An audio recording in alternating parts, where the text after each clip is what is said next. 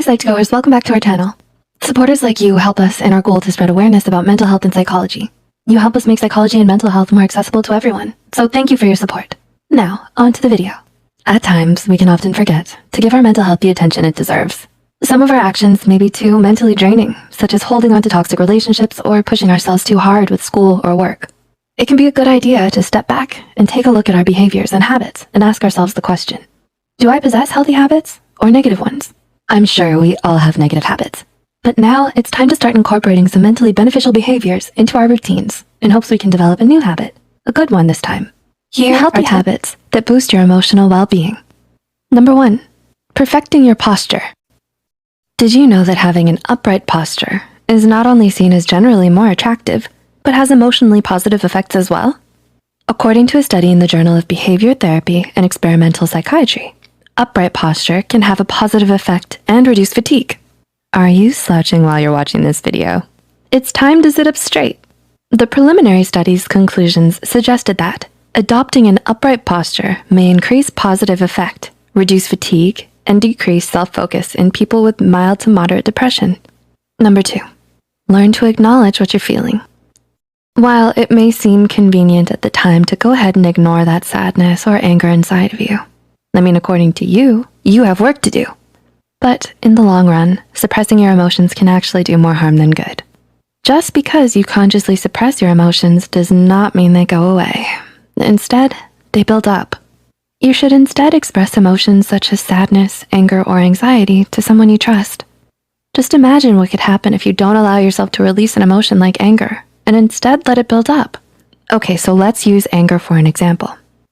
Anger has been linked to obesity, low self-esteem, migraines, drug and alcohol addiction, depression, sexual performance problems, increased heart attack risk, lower quality relationships, higher probability of abusing others emotionally and physically, or both, higher blood pressure, and stroke, says anger management coach Dr. Schinnerer. Geez, that sounds like one of those over-the-top ads on TV. No thanks. It's time to express yourself. In a healthy way, of course.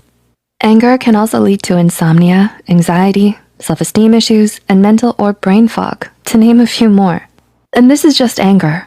There are physical and mental problems that can arise from any suppression of emotion, it seems. Because when these emotions build up, they will eventually rise to the surface and likely explode out of you like a volcano. So what are we supposed to do about all these feelings? Well, anger coach Schinnerer suggests one way to break this cycle, and that begins with mindfulness. One way to do this, he says, is by becoming more aware of when you're angry in the present moment, then looking at the emotion in a non-judgmental and curious way. So instead of beating yourself up, acknowledge how you're feeling and think about ways to cope. So try taking a break if you're feeling anger in a toxic situation and leave the room. Pretend your favorite pizza dish has just arrived and you need to pause your game. That is the treacherous game of anger, level 5, volcano eruption of fury. Hey, I'm giving visuals here. Remember, this is just anger, but you can do this with all of your emotions.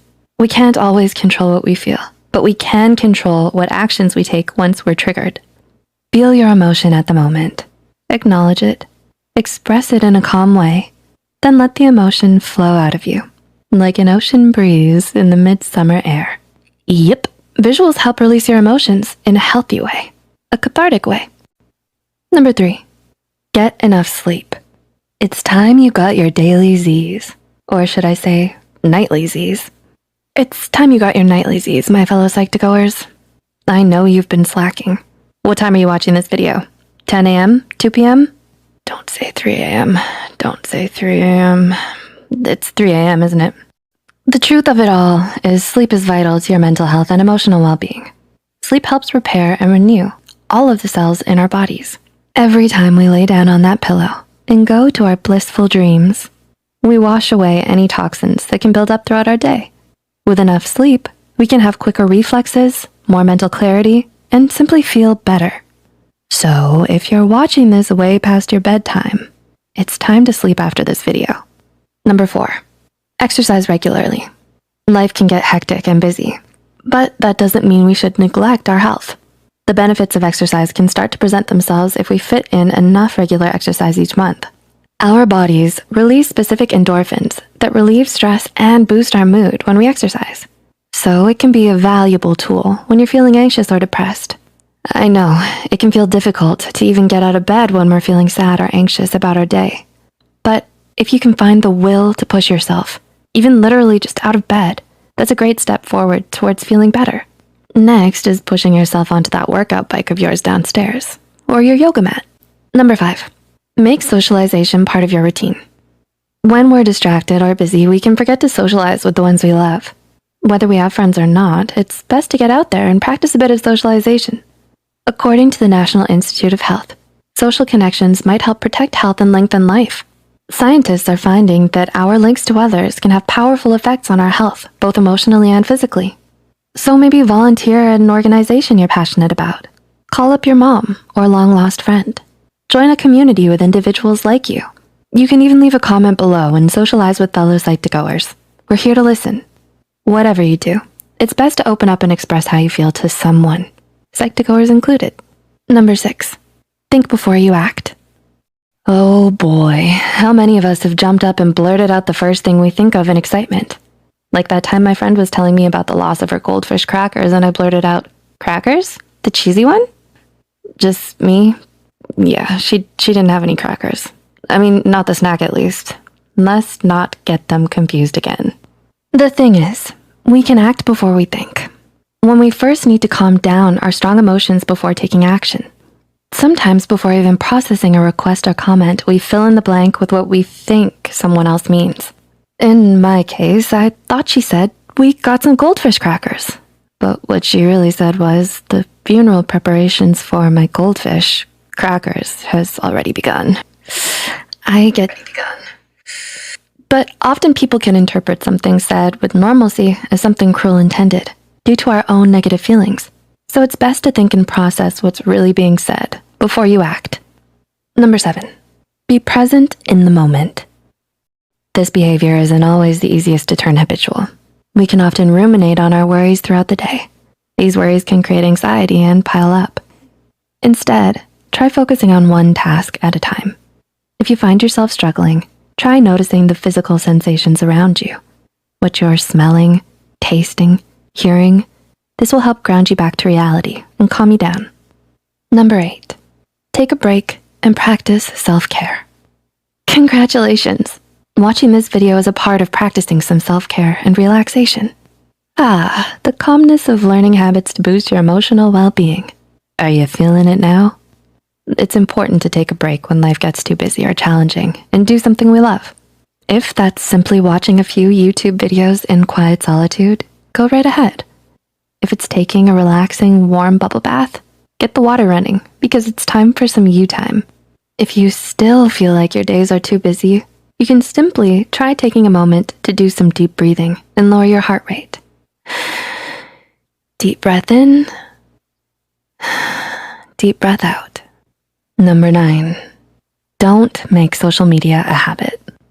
As much as you like mindlessly scrolling and pressing the heart button on your friends' social media posts and posting photos of your food, stop it, you're making me hungry, and posting relatable memes all day, well, that one is pretty fun. But as much as you like spending your undue time on social media, it isn't always great for your mental health.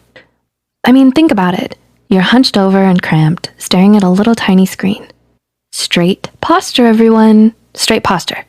And not only that, but people often find themselves comparing themselves to photoshopped influencers with unrealistic lives.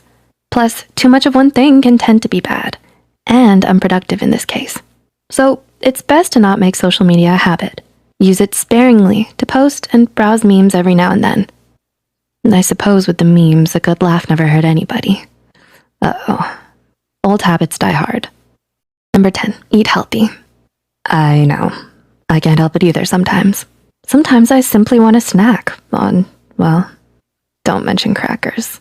It's best to move on. But a healthy diet not only helps your brain, but your body as well. So take it easy on the snack food for now.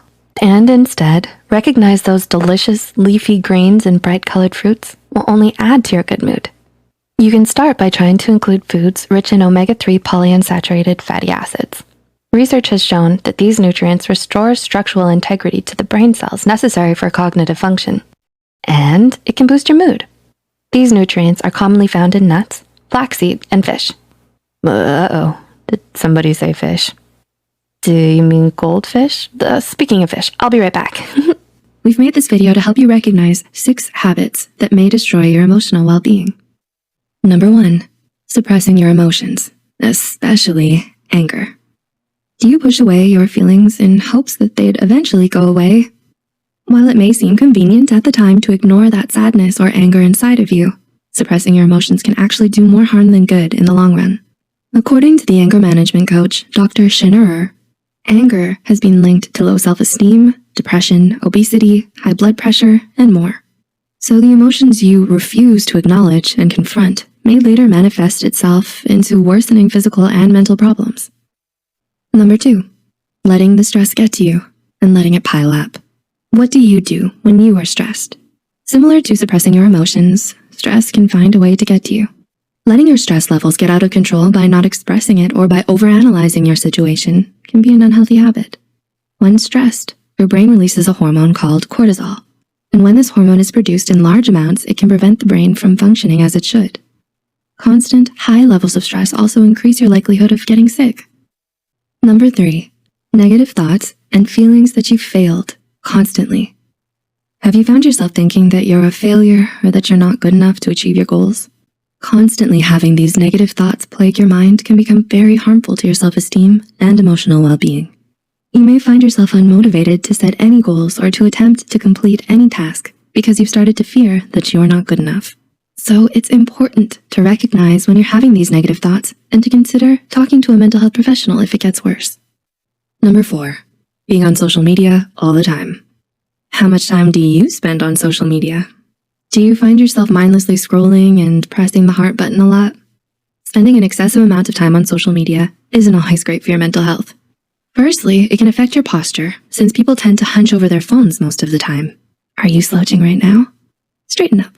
Secondly, you may end up comparing yourself to what other people have put online, which may affect your self-esteem and cause a cycle of negative thoughts to plague your mind. Number 5, not being true to yourself.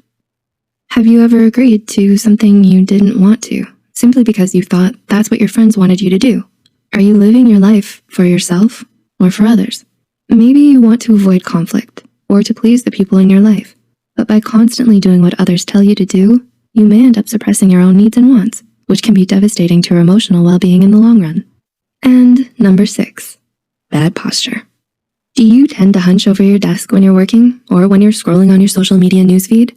According to a study in the Journal of Behavior Therapy and Experimental Psychiatry, upright posture can have a positive effect on your emotional well-being, such as by reducing fatigue. The preliminary study's conclusions suggested that adopting an upright posture may increase positive effects, reduce fatigue, and decrease self-focus in people with mild to moderate depression. Thanks for watching and learning more about mental health and psychology, Psych2Goers. Which habits will you enact? And which bad habits are you guilty of? Let us know in the comments. If you found this video helpful, don't forget to click the like button and share this video with a friend. Subscribe to Psych2Go and hit the notification bell icon for more content like this. And as always, thanks for watching.